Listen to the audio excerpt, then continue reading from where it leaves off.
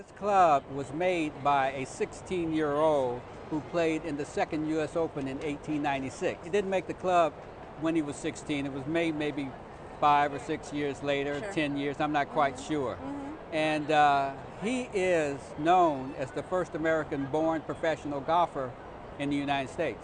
And his name is John Shippen. How much you pay? 150. And there was no provenance, right? None. Is it real? Because I know of 3. Supposedly, I've only known of 3. There's one in the USGA. Right. United States Golf Association Museum. Sure. They have a wood. There's another one at the Shippen Foundation. Sure.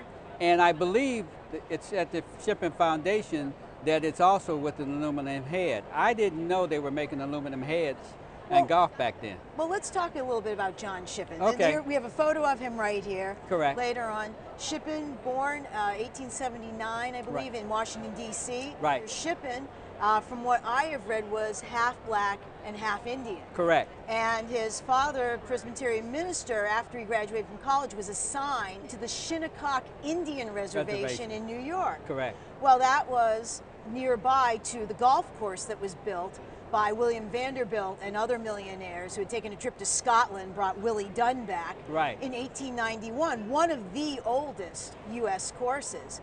From my understanding, young John became a caddy there. Exactly. And Willie Dunn, the Scotsman, took him under his wing. 1895, the USGA, the United States Golf Association, is formed, and Shinnecock is one of the sponsor courses at that time. In 1896, they have the second U.S. Open. Shippen applied along with other golfers. 35 were accepted.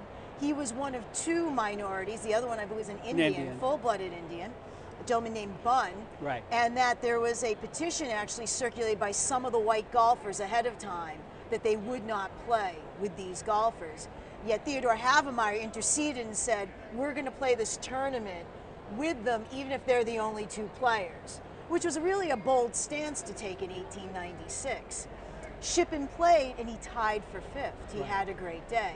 So he was fortunate to have a great career. He continued to play in the U.S. Open up to through 1902. And the sad thing at that point is, like for most sports, right around that time, golf began to become very closed off to black players. And there was not another black player till 1948 in the Open, Teddy Rhodes.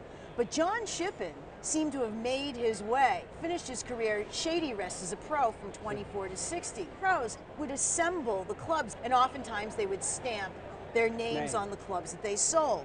And we see here J.M. Shippen right stamped on the top of this head. We have an aluminum-headed club here. They're called the Schenectady putter. You're looking probably at the early 19-teens. This all appears to be original. The pin in here is the original pin. Okay, really? in the hosel.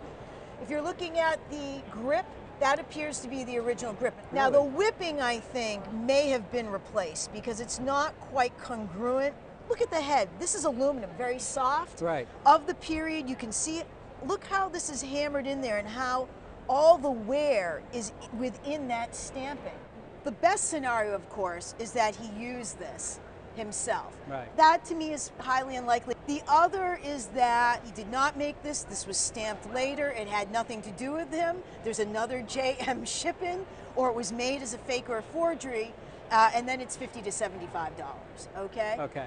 But based on what I see here, the most likely scenario is that he had to make a club for one of his clients, his golfers, and he put this club together.